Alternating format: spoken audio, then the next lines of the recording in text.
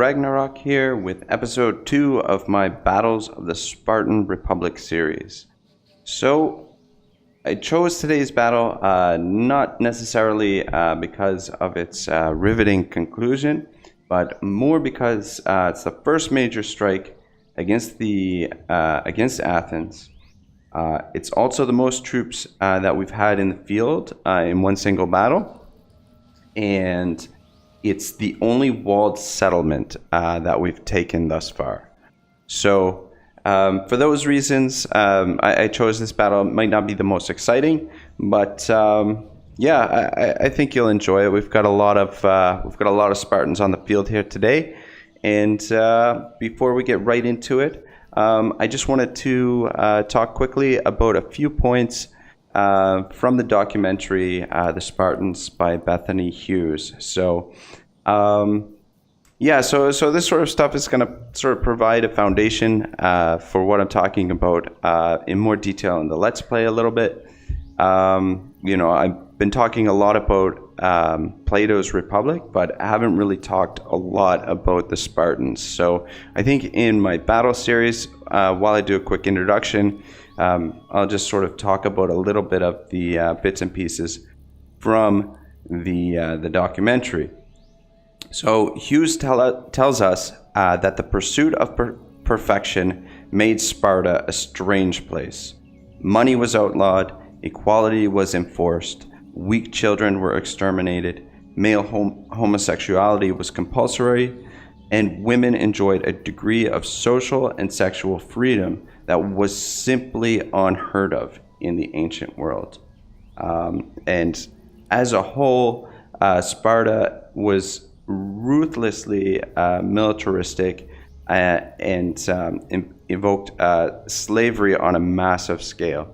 So the republic that we're trying to build in the Let's Play, obviously the militarism is a big part of that, but I'm not trying, or at least I'm trying not to go down the route of the slavery, the massive slavery.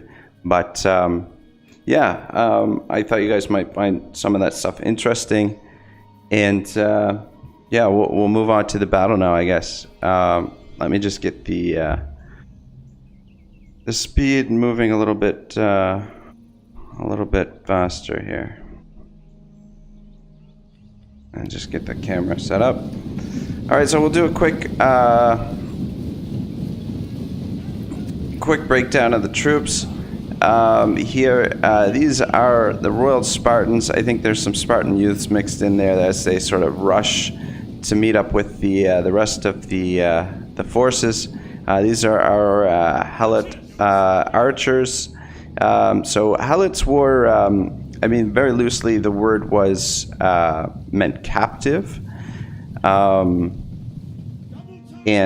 more literally slave. So these are essentially our slave archers. But we got the youths moving up our ladder a little bit closer to the walls, and over here, these are our mercenary cavalry. We've seen these guys. Actually, we haven't seen these guys yet. So Athens, it's got a small naval force or naval garrison. I don't understand why they can't land over here, or they don't land over here. I'm not sure. I think you can land over there, or at least land on this side and then come in through the back door. I don't know, but I guess the AI doesn't think too much about these things. But we've got our cavalry chasing down some javelins already, and over here the Marines trying to catch up to our cav. Our cav's doing some work over here. Also taking on some more. I think these are archer Marines this time. So making very quick work of them. Again, the armored Marines are trying to catch up, but cavalry is just too mobile.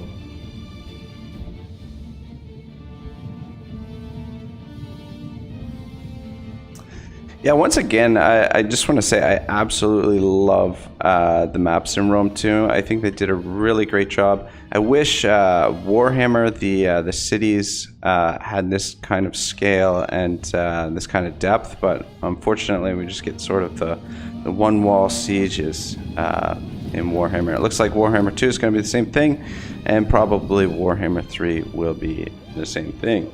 But should also mention we're on the eve of Warhammer. I'm going to be doing a series in Warhammer, Let's Play. Probably will be uploaded on the weekends. I'm not sure which faction I'm going to do yet, but I've got a pretty good idea. I think I've got it narrowed down to one or two. Yeah, really excited for that. Looks like a lot of fun, and the campaign map looks absolutely gorgeous. So very excited to get in there and play that. So I mean, I really like my archers in my armies, especially since we don't have access to artillery in this Let's Play. You can see how quickly they can take out an entire unit, and I mean these guys have got shields. They're fairly well armored, and the archers just melt them away. Got the main force just waiting over here. However, this I completely missed. These guys are totally vulnerable here. I lost track of this unit here, so definitely what I've noticed from the replays thus far is that I've been losing track of units occasionally. So just definitely going to make sure I've got to keep a better eye out on the battlefield and try and not lose track of the enemy forces. So yeah, you guys just stand there. Don't do anything, just watch them fight. No problem. Yeah. Hopefully somebody gets over here to help them. I mean, the youths will take them on, but the problem is, right now they're attached to the siege machine, which means they're not all fighting. So now I've noticed, finally, what's going on over here, and now we're bringing in the rest of these guys. So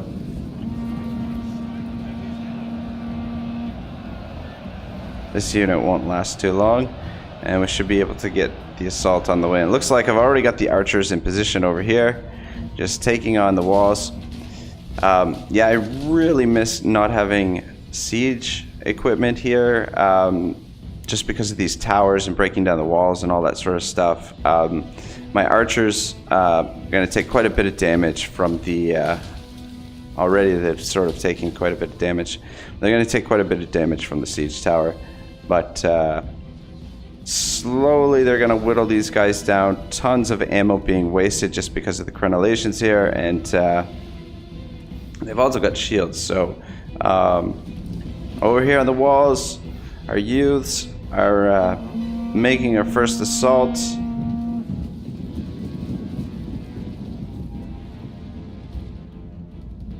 To take the walls, and over here we've got some Spartan hoplites taking this side as well, so they'll have no problem coming over and securing this this tower. And the fight is still on over here. Just a few Marines left, but they're not going to last too much longer. We've got our cavalry in behind, and they're heavily outnumbered. So up here, we've just got the archers. As you can see, just ton of carnage. All these arrows. It's why you want to have a lot of archers in your army, because the more archers you have, the more ammo you have. So even if you do waste quite a bit of ammo, you still got plenty of backup. So, and not to mention the archers usually have much cheaper upkeep cost, so you can do a lot more damage with lower expenses. So this fight over here is probably going to take quite a bit of time. The Athenians have their hoplites up here, so the youths they don't exactly pack too much of a punch, but At least for the time being, they're holding them in place. And it's not going to be long till we take the walls. So I would imagine over here I'm going to start forming up soon. Get this ladder on the walls. Archers are being repositioned to try and take out this unit. And yeah, I mean, aside from that, there's not a lot going on.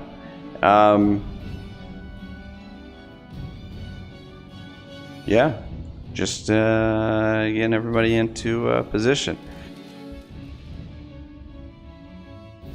So over here,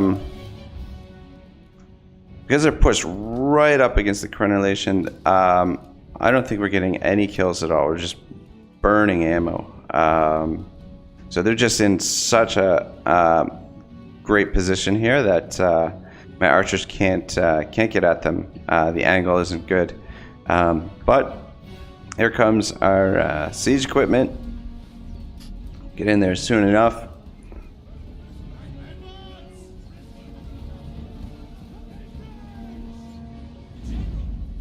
Oh.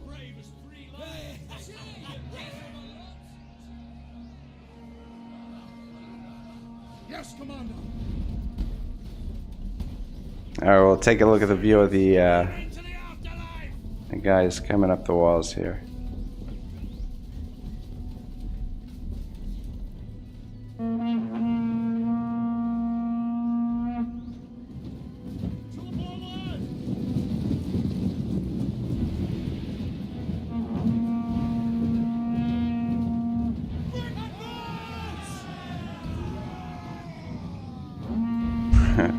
Love the sound effects. Again, it's one of the great things about these games is the ambiance really makes the battle come alive. You know, everything from the graphics, the sound, the surroundings, the maps. CA just does such an awesome job with these games. All right, get in there, boys.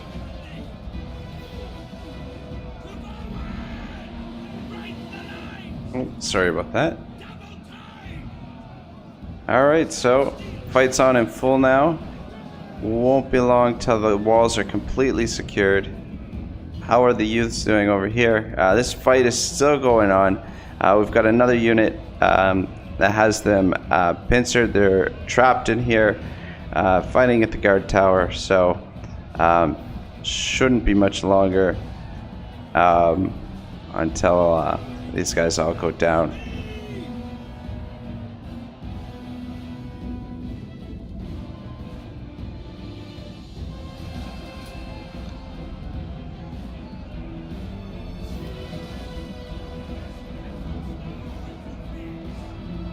Yeah, so this was the first first walled settlement that we took during the campaign. I really miss having artillery. Artillery, you can just smash this whole thing to smithereens. Just a lot more fun getting out the artillery, but of course, artillery hadn't been invented yet, unfortunately. So, yeah, I don't know. The archers, though, do a pretty good job, and so long as you bring enough force, you don't really have too much trouble taking the walls.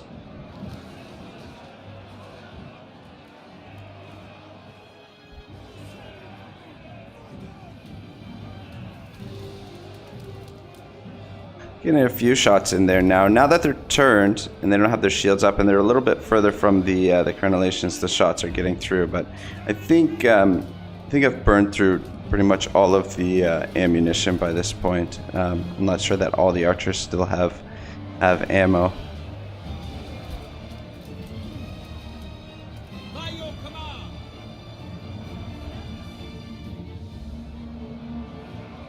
Yeah, so this battle really,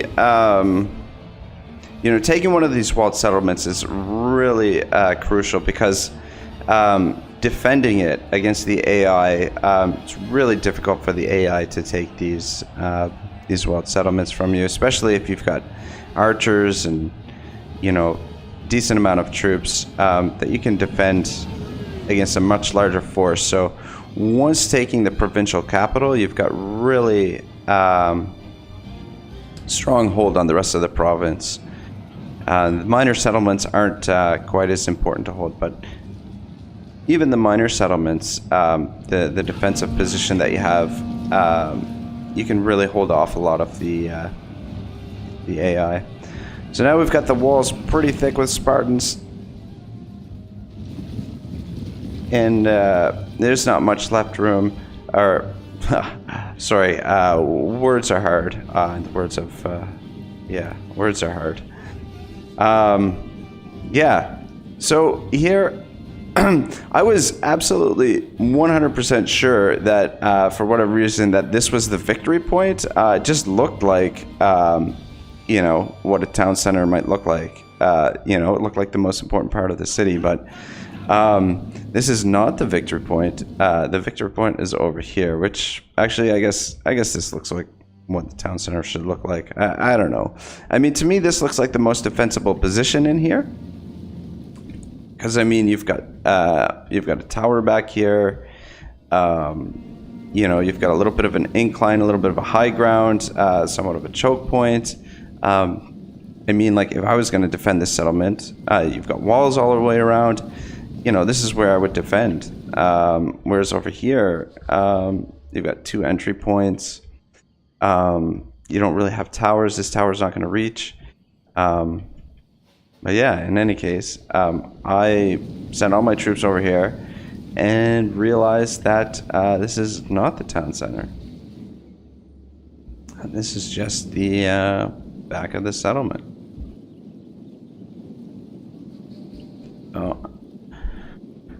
So yeah, it's kind of embarrassing. So I made a few mistakes on this battle.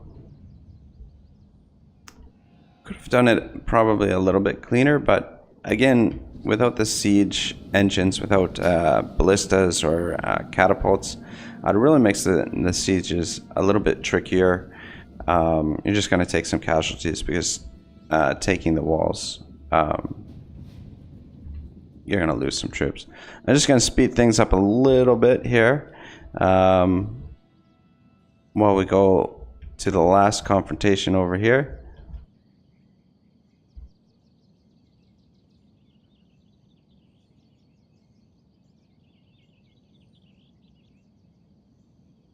So if you're wondering why we don't see any troops, it's because I think we can, because this is a replay from the campaign versus the CPU, we can only see the troops that my soldiers have line of sight with. So these guys don't appear until somebody actually spots them.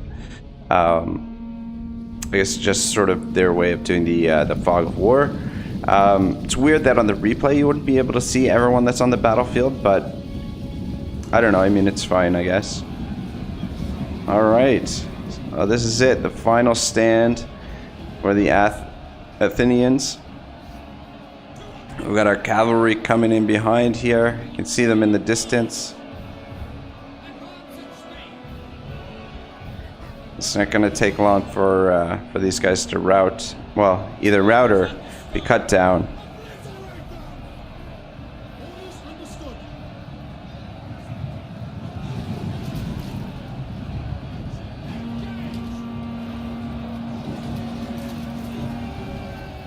Yeah, hopefully we can get some more big battles like this, or some even bigger ones with, you know, it'd be nice to have a battle with a full stack enemy against us as an opponent, rather than just the garrison force. It'll make for a more interesting battle, but this one was all right, I guess. I mean, not the most exciting battle, but still fun, and you know, get the basics of the siege down. Yeah, so that was it. That was our first city assault.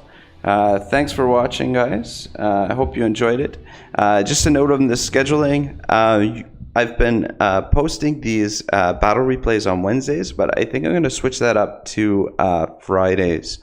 Just because with Warhammer 2 coming out, I'm going to do the Warhammer 2 series on the weekends, on Saturday and Sundays. So Friday will be kind of the transition day where we go from my main campaign, which will be a little bit longer, a little bit more philosophical, and then my weekend campaign, which will be a little bit more for fun, not so much philosophy, and a little bit relaxed. And yeah, hopefully a little bit more entertaining. So thanks once again for watching. Like, subscribe, all that stuff. Post your comments. Very interested to sort of get a good discussion about the philosophy and whatever. So yeah, thank you for watching, guys. This is Ragnarok signing out.